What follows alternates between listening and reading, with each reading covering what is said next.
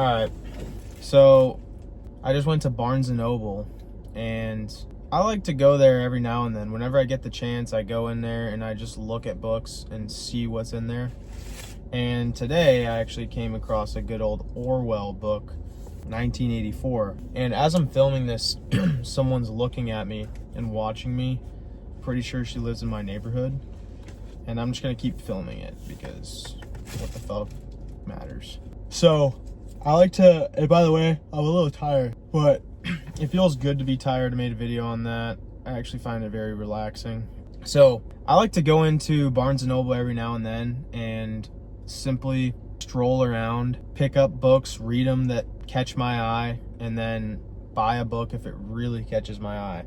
And Orwell, he's just a legend, and I've never read his most popular book, 1984, and I picked it up, so I'm gonna read it.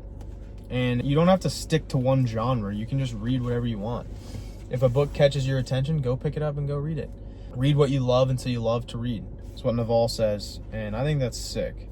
Before, I was really into just business books, and that's all I read. I was camping in the business section of Barnes & Noble, and I saw every book as an opportunity to make $1 million. And I still value books that highly because some of my best ideas come from books.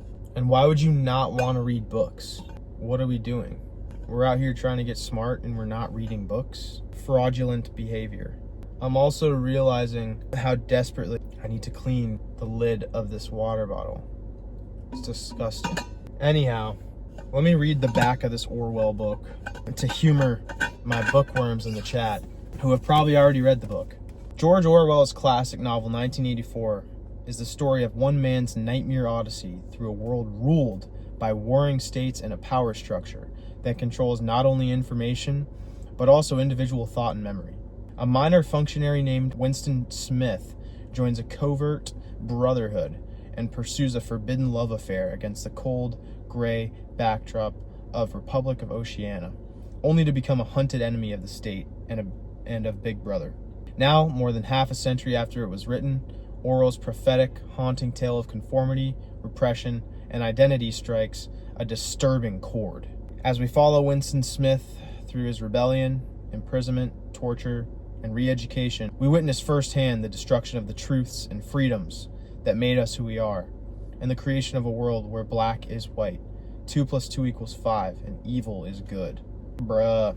I remember my English teacher telling me about this book, and just about Orwell in general. Wait, no. It was my college professor. A hanging. Orwell is such a good writer. Holy shit, I'm excited.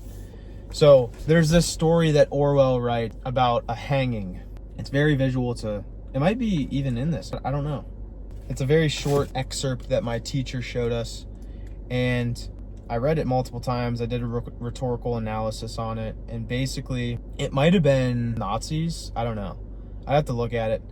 But I know the title of the assignment was A Hanging Orwell. But what was going on was these guys were publicly executing someone, and they did it daily, and they did it often. And there's so many metaphors within the story. Oh, I can't wait to read this now. But it talks about all the things that these executioners would do to try to suppress the psychological stress of killing people all day long. And so it kind of connects to the Nazis. The things they would do, they would play music because they were just killing people. And so they needed to ease the psychological terror of killing people all day long. So they would play music. That also connects to how music is such a lubricant. You can make any moment better or worse with music. And so you got to be kind of careful with it. Know how powerful music is for your brain. It's really powerful. Even the Nazis were able to kill people with the aid of music. So music can lead you to do some crazy stuff. It can also be a superpower. It's a double-edged sword, just like a lot of things in life. You can use so many things for good and for bad. And this girl is still staring at me as I'm filming this. But really the point of this video was to just read what you love to read until you love to read. And then there's going to come this point where you can confidently pick up any book and read it. I could pick up a physics book, philosophy, and philosophy. I basically own the philosophy genre. I think I don't know what my book is going to be about. I am going to write a book. I just don't know what it's going to be about.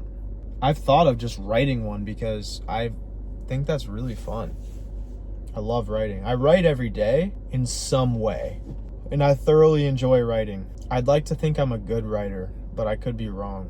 I'm writing an essay right now just for my own fun about the effects of drinking, mostly because my coaching clients definitely have an issue with drinking, and I don't drink.